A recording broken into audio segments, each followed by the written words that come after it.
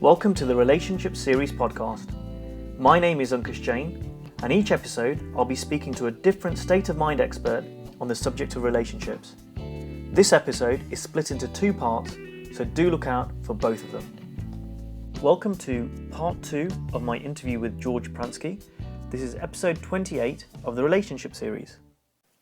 We've got a few questions from, so I kind of put out on Facebook that I was interviewing you, and we've got a few questions, and the first question I had is kind of similar to what we're talking about right now, so it might be a good time to put that in. And a gentleman called Igor has asked about how to refresh the relationship and the boredom that can settle in, and he's kind of wondering if there was any examples that you had of couples that were able to revive the relationship. And I'm sure there'll be lots of examples of that, and it seems to me that what you're talking about in terms of dealing with disagreements, is that the same way that you can use to deal with boredom, for example? Well, the big thing about boredom, and this is very common, particularly people who've been married a long time, and what helps them is, again, going back to the principles of mind, consciousness, and thought, and how we're creating our reality every instant through changes, however subtle, in our thinking that make life look the way it does. See, that's the essence of the principles. And it really helps people to see that boredom exists in the mind of the bored.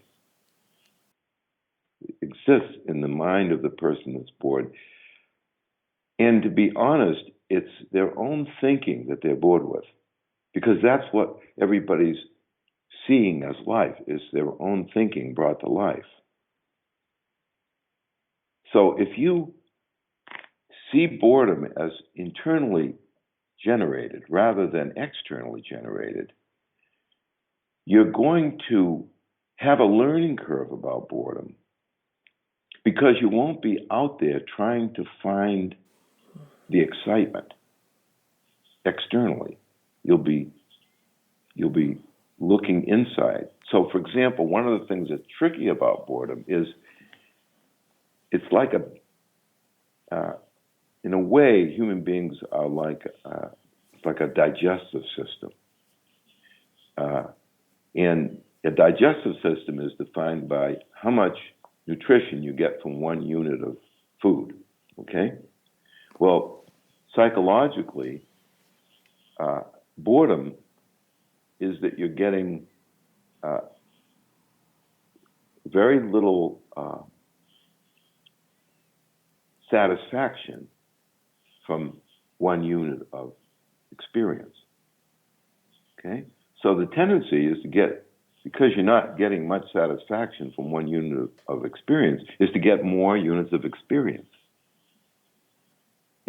So people will, start driving fast cars. They'll say, let's go on vacation, let's have children. Well, if you're not digesting well, you can't make it up in volume, because you're just not going to get the satisfaction. The satisfaction has to come from within.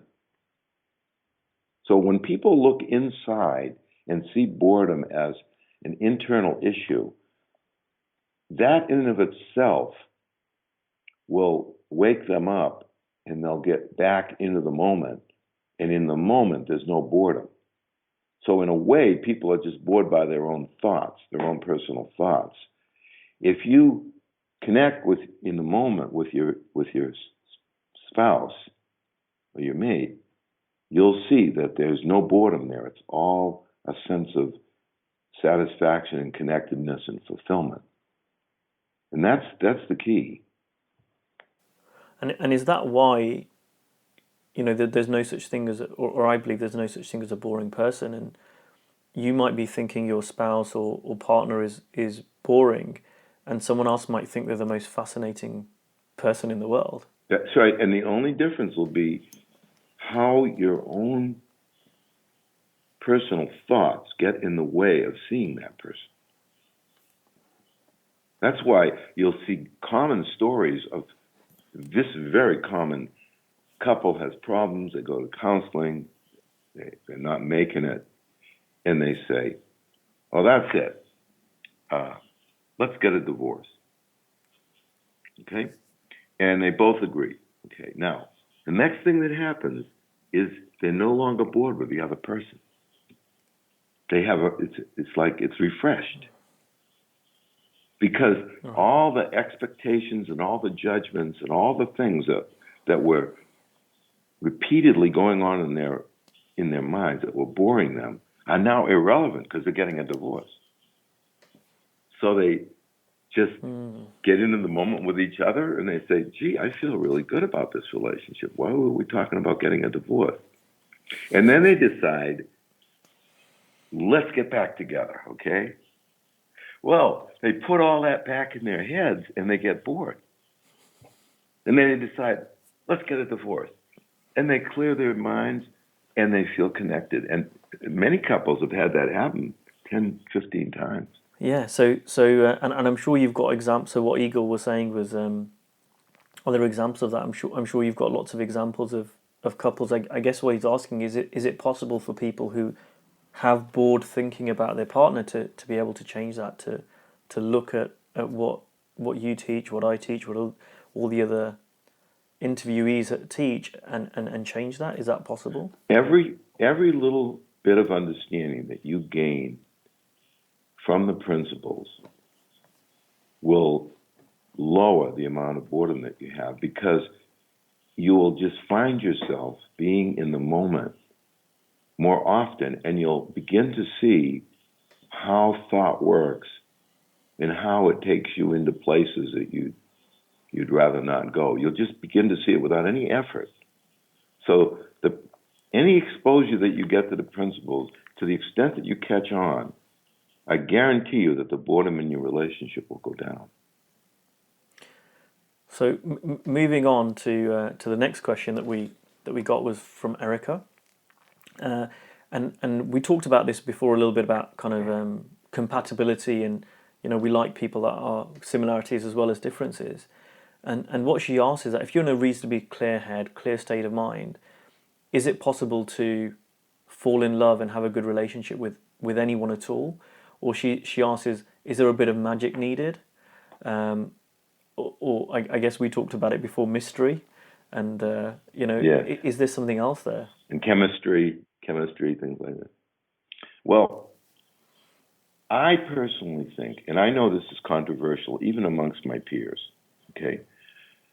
I personally think that anybody can be happy with anybody and have a good relationship with anybody because of our nature of being connected. In other words, we are all share our humanness, and we all share the goodness and the love and the and the wisdom that is our nature. So we all have this goodness, okay? If we all have this goodness, then it seems to me that all relationships are about is being able to experience the goodness in a person, the other person. And if you experience the goodness in the other person, you're going to feel connected, and you're going to feel like you have a good thing. You're going to feel good about them, and you're going to feel fortunate that you know them and that you have them in your life. And that's a foundation that will build and will start with a good relationship, and the relationship will get even better. And I think that the chemistry and the soulmateness of it, like I have with my wife Linda, is something that just grows with fondness and with connectedness. It just naturally emerges from that. And I think it would emerge from any two people being together. As they get closer, they will have a greater sense of intimacy, a greater sense of connectedness, and it will look like they're soulmates. And like for myself, I just can't imagine myself being with anybody but Linda. I mean, because we just feels like we've worked it out so well, and we're so close, and we're such good friends.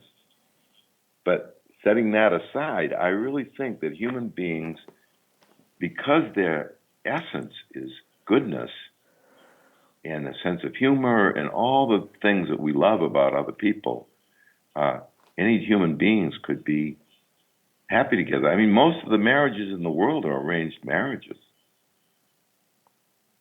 Right. Statistically, most of the marriages in the world are arranged marriages.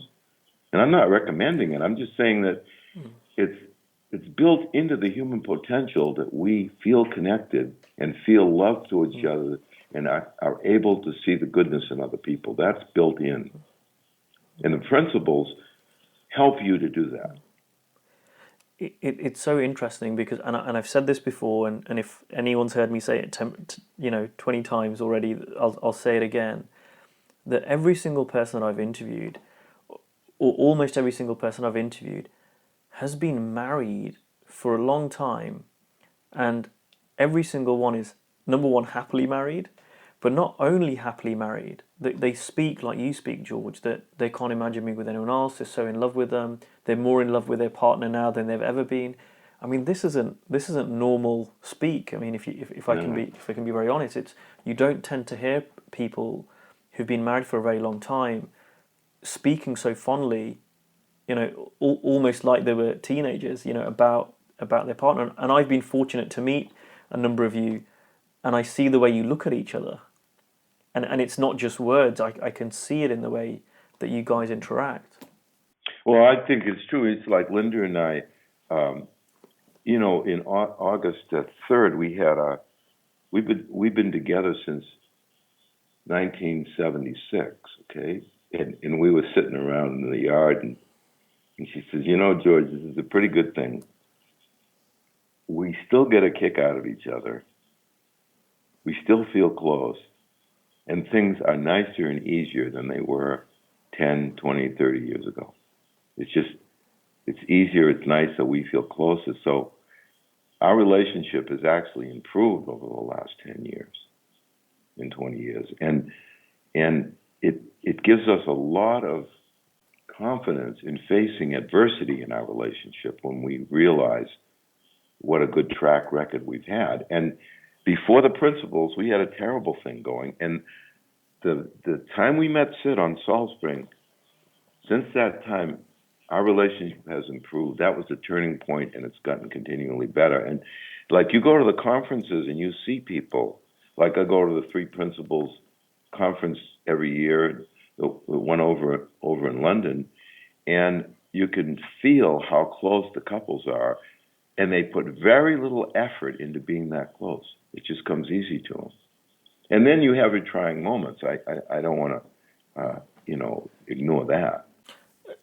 Alison asks, so I guess moving to maybe a bit more of a tricky question or difficult situation, some might say, is Alison has asked, what would you recommend if someone is in a relationship where one partner is putting the other partner down or verbally abusing them, and it's a situation that one of her clients is in? So the question is, what would you recommend if one partner is being mistreated by the other partner? Yeah.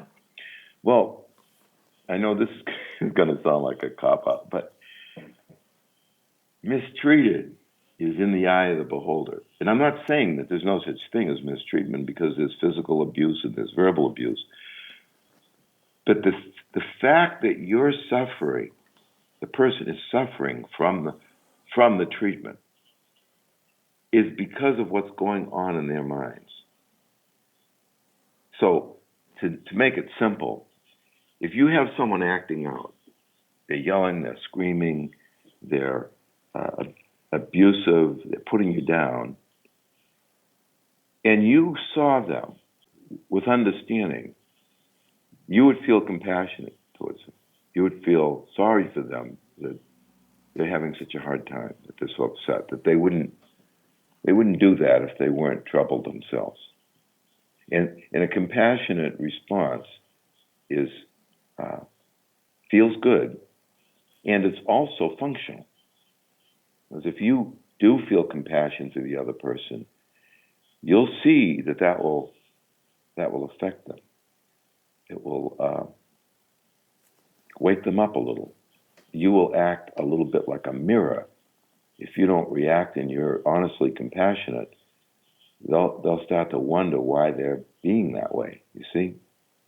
Now, if on the other hand you take it personally and you take it into your own thinking and you draw conclusions about how you should be treated and how they're doing it and they shouldn't, and you miss the fact that they are themselves troubled and just responding to their own thinking, then instead of feeling compassionate, you'll feel resentment. And if that happens 20 times in a row, your spirits will be much lower. This kind of leads really, really nicely to Sandy's question, which is, in a difficult relationship, if one partner understands the principles that you talk about and the other partner doesn't and they're not even interested, can the relationship still be transformed? Because what I just heard you say is absolutely yes. Yeah, and that's pretty common. In other words, not pretty common, but that does happen. That a woman will call or a man will call, and the other person says, "I want no part of counseling. I think it's all your fault. I want nothing to do with it." And the person's usually in tears on the phone, understandably, and they'll say, "Well, would it make sense for me to come up?" And we say, "Yeah," because if you can see your problems in your mate and your mate's frailties in a nicer, more understanding light, not only will you feel better about the relationship and be happier in the relationship, but there's a draw for them to get seeing themselves better, because you don't look like the bad guy anymore. So we have couples where one person wants absolutely nothing to do with the principles, and the other person is really caught on to them, and their relationship not only gets good but gets better and better. And if you were to talk to the person who wants nothing to do with the relationship, they will say, "Well, I got to admit, my spouse is nicer to me than he or she used to be. I have to admit that. I still think the principles, I don't know about that, but I must admit that they're nicer people than they used to be." And that does happen, and it's not daunting for us to face a situation like that. I feel like we're kind of moving through the life cycle of a relationship at different stages, because Igor asked a second question, and he's asking, how do you distinguish between thinking and say wisdom or an insight? And what he's pointing to is on the subject of whether to stay in a relationship or not. So I guess what I'm interested in is there ever a time where someone may realize it's the right time to leave? And if so, how can they distinguish between that's the right thing to do and it's their wisdom talking to them, it's their gut, it's the right thing, versus just them having some thinking about the other person which is perhaps not accurate? Mm-hmm. Well, using respecting the fact that you're from London, I wish I had £1 for every person that asked that question. Very, very common question. Now, this is just me. You got to understand. I think that any couple could be happy and to the point of feeling really close and feeling really like soulmates if they could see the other person's beauty. So you got to understand that I'm biased in that regard. That's what I think. Okay. That set aside, if you don't feel warmly towards your mate, then in my opinion, you're not in a good position to decide whether to get out of the relationship. Okay? Now, if you feel honestly warm and loving towards your mate, and you really appreciate your mate's beauty, and you want to get out of the relationship for whatever reason, I think you're on a good footing. I do. Now, you might say, well, why would you? Well, I don't know. If you felt warmly, you liked the person, you felt love towards them, why would you want to get out? I don't know. I could make up scenarios, but if you don't feel warmly and you don't feel close to them, then you're not seeing them in the right light. You're not seeing their beauty. You're not seeing past their frailty. You have a distorted view of them. And in my mind, it's not the best thing to get out of a relationship when you don't see what you have. That's my opinion. That's really interesting, George. And what just suddenly occurred to me is, I mean, we're talking about romantic relationships here, and that's kind of the topic of the podcast, really. But again, and I say this on other ones. I mean, this is probably true with any conflict with anyone, right? Like if you're in a conflict with a colleague, it's the same thing. What I hear you say is that if we're not appreciating them for who they are, then of course we're going to end up in conflict. Of course we want to not spend time with them and not interact with them. And the same can be true as just a family member. We work in businesses a lot. Most of our work is in businesses over the years.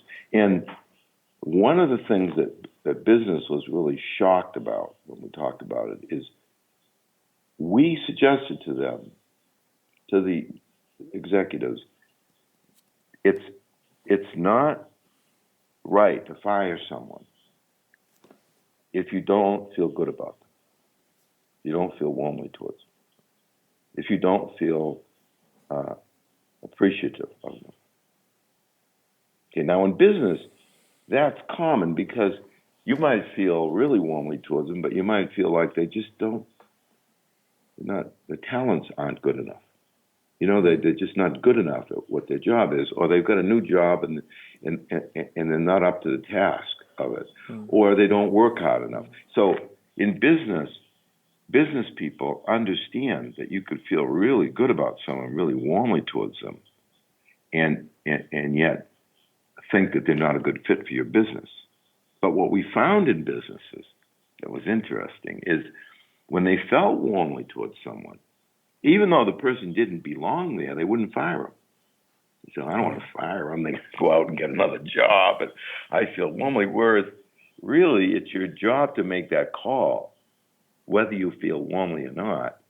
And the other thing is they would be mad at someone because they didn't make their numbers or they did something that was wrong.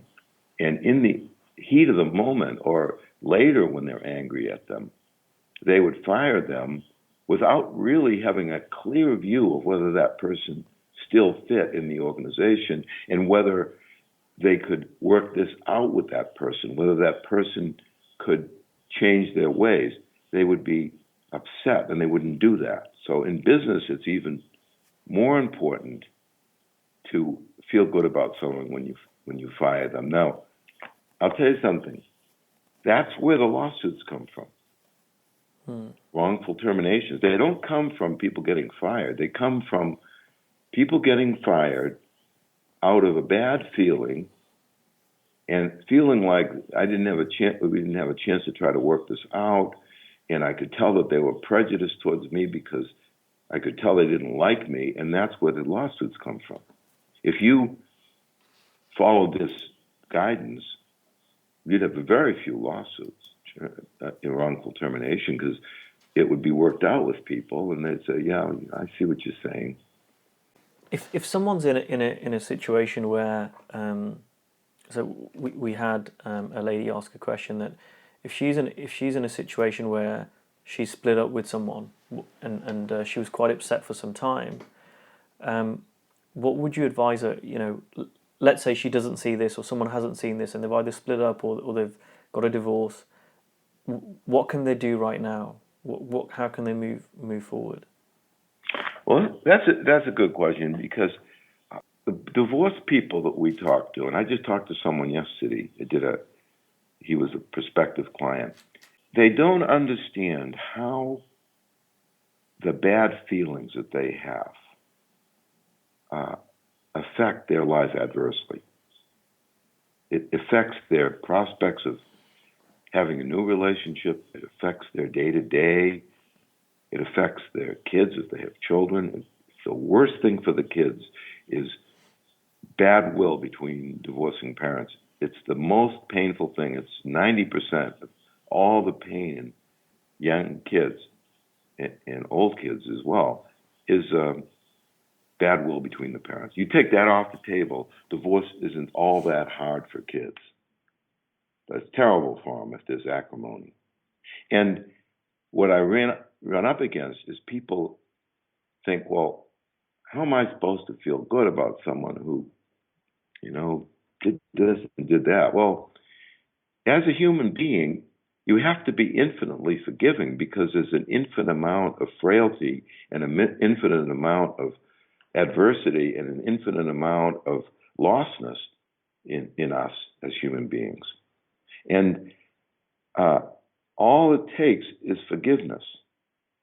If you can forgive, it's just letting go of the feelings that are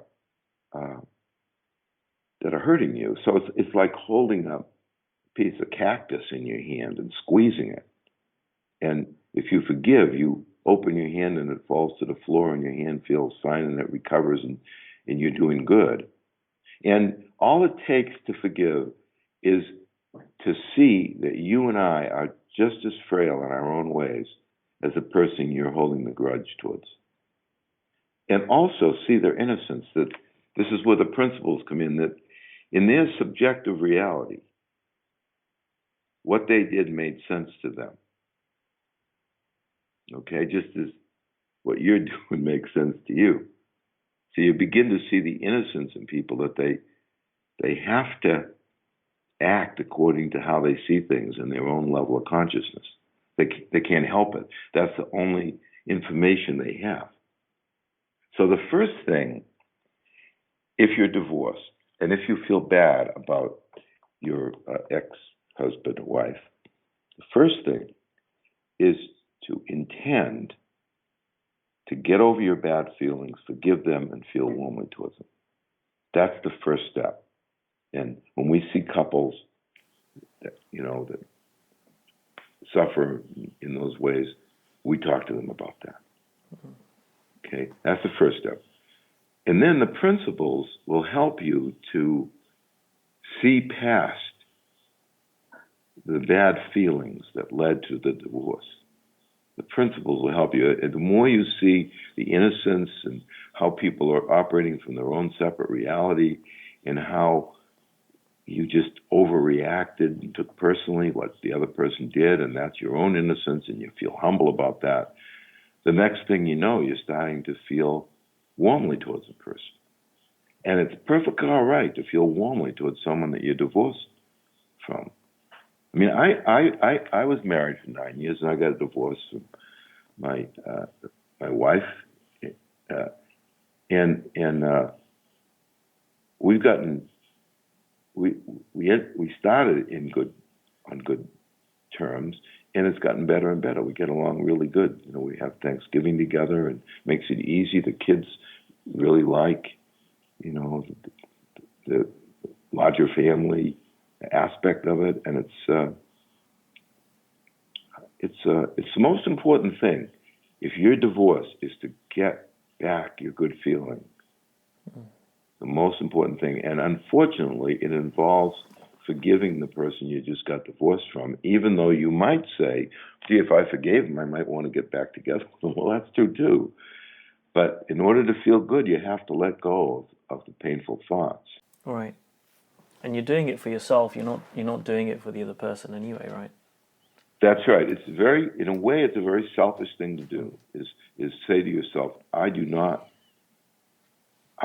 want to suffer, and that requires me to do right by the other person in that regard. Feel better about them. I hate to do it, but I'm a selfish person. I want to feel good. So, George, we're running out of time. Do you have time for a few more questions? I kind of refreshed my page, and we've got a few more. So, sure. One question we've got from Sham is, how does one transform hatred into love? Transforming hatred into love. Well,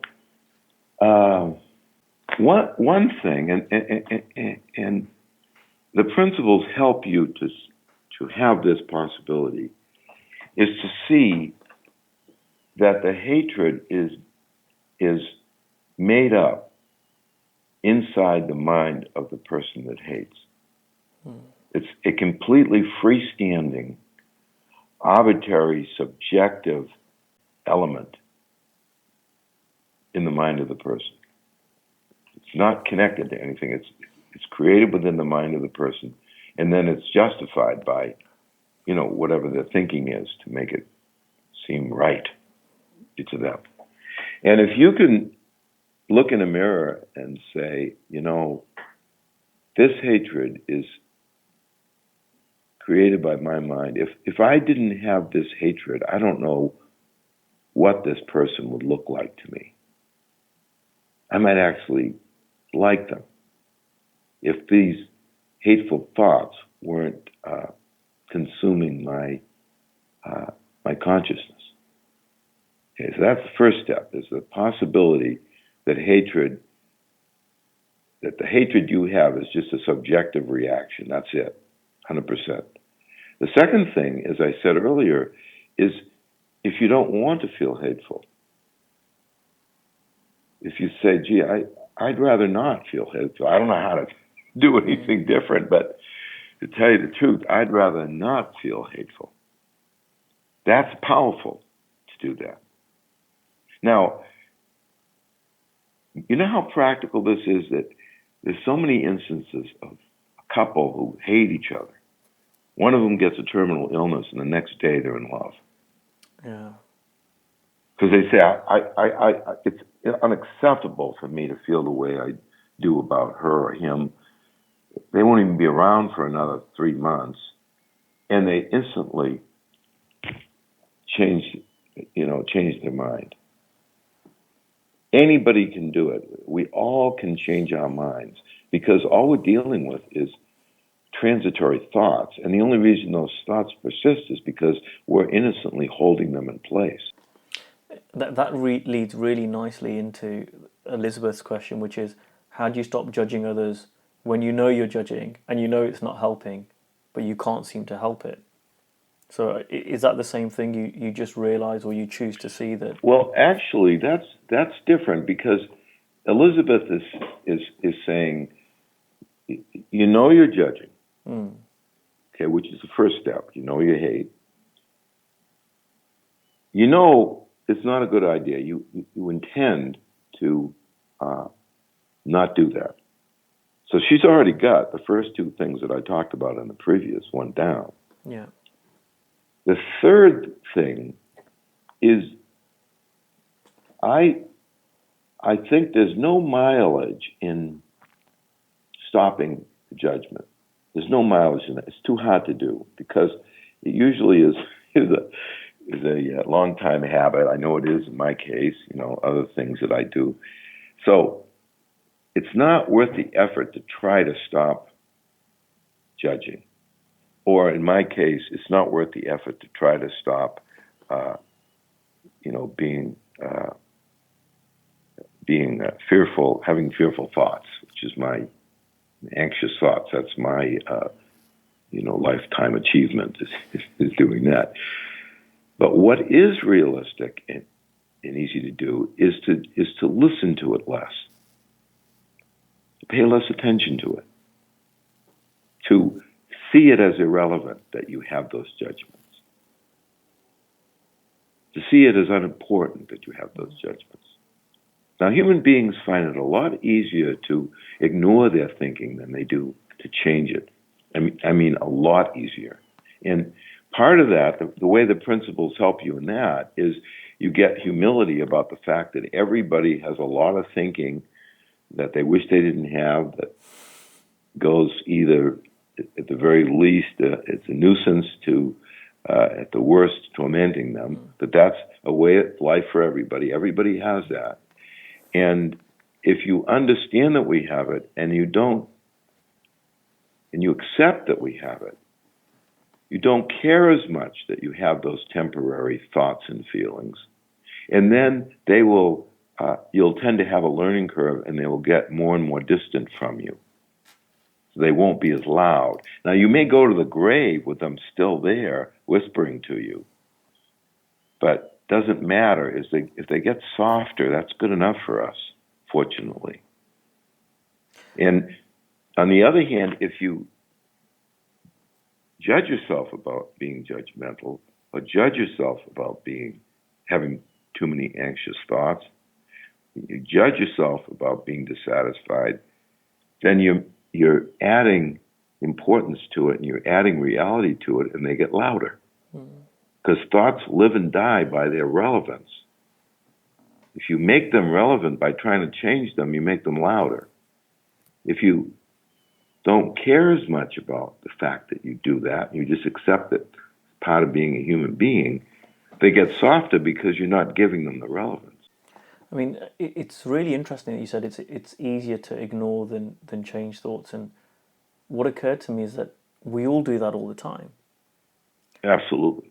Because if anyone believed and acted on every single thought they had, they'd probably end up in a mental asylum. Well, absolutely, and they do end up in mental asylum. Now, there are people called schizophrenics who trust and believe every thought that they have, and they end up in institutions because they don't have the capacity to ignore their thinking, and they just anything they think will look real to them, and they will follow it. And you're right. Like for instance, there are people who live next to bell towers and don't even hear the bells, because they know how irrelevant it is, and they don't think the noise, so it doesn't come to their senses. Yeah. There's a joke: a person lives in a bell tower, and they don't even hear it anymore. And the bell tower one night is broken. The bell is broken, and at midnight the person wakes up in a start and says, "What was that?" Because there was no noise. This is just a joke thrown in there. It shows us the power of thought, and you're absolutely right. I know a friend who lives next to an airport, and you get there and you can hear the aeroplanes, and after 5 minutes you just totally forget that there are any aeroplanes going past. Yeah, exactly. I love what you said. It's the percentage of thoughts that we ignore is huge. I mean, the percentage of thoughts that we pay attention to is I don't know, a whole bunch of decimal points and a bunch of zeros if you put it in a percentage. It's just doesn't seem that way to the person because it seems very real to them, and it seems like that's what's going on. It's not my thinking; that's what's going on. So I've got one final question for you, George. Okay. And this is from Melissa, who said she would like to know if, and I presume she's referring to the relationship handbook. She wants to know if you were to write the book again, is there anything you would change in it? And if so, what would that be? Oh, how would I change the relationship handbook? Well, first, most honest answer is I wouldn't know until I did it. Okay, I wouldn't know most of what I would change. So most of what I changed in it I'd be surprised what I changed. But there are some things that I would absolutely change. Like, I would make the principles more of a foundation than it is. The principles weren't really around when I wrote that book.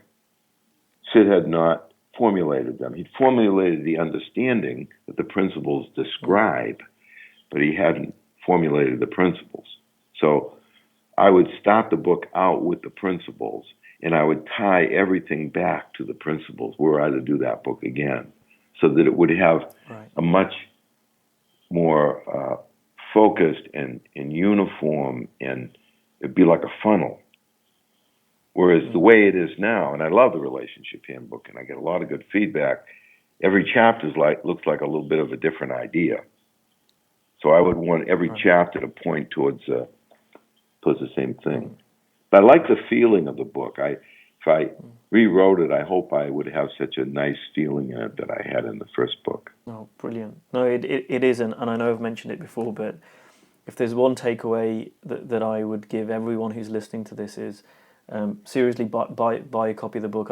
I've never either bought a copy for someone or lent my copy to someone who then went on to read it and didn't have some positive impact on their life. And there's not many books you can say that for. So that's a strong statement. I would highly recommend it. Now, can I say something? As kind of a follow up on this, like if you like what you hear in this, go to our website, okay, Pransky and Associates, because right now my daughters and I have, mostly them, a little bit me, put together a course on relationships. That's a web course that I'm heavily involved in. And it hasn't come out yet, but it's coming out soon. So you can check that out if you get a feel for this and you say, yeah, I like this. I like this interview. I like the way George talks about relationships. There'll be a lot of that in this course. It's a very substantial course, and it's kind of from a ground zero course. So it's for people who know nothing about relationships, to people who have done a lot about it. That's my commercial note that I threw in there. No problem, George.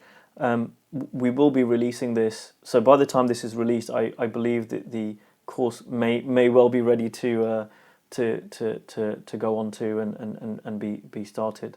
And what I also know, I don't know if you know about this, George, but your daughters have been very kind, and when this is released, we'll release the link for this as well, that they've offered to give everyone that's listening to this a free download from your website. Oh wow! And I did not know that. And they'll be so news to you, but they've been very kind and offered that as well. So we'll post the link when this interview is released. And just again, your website is pranskyanassociates.com.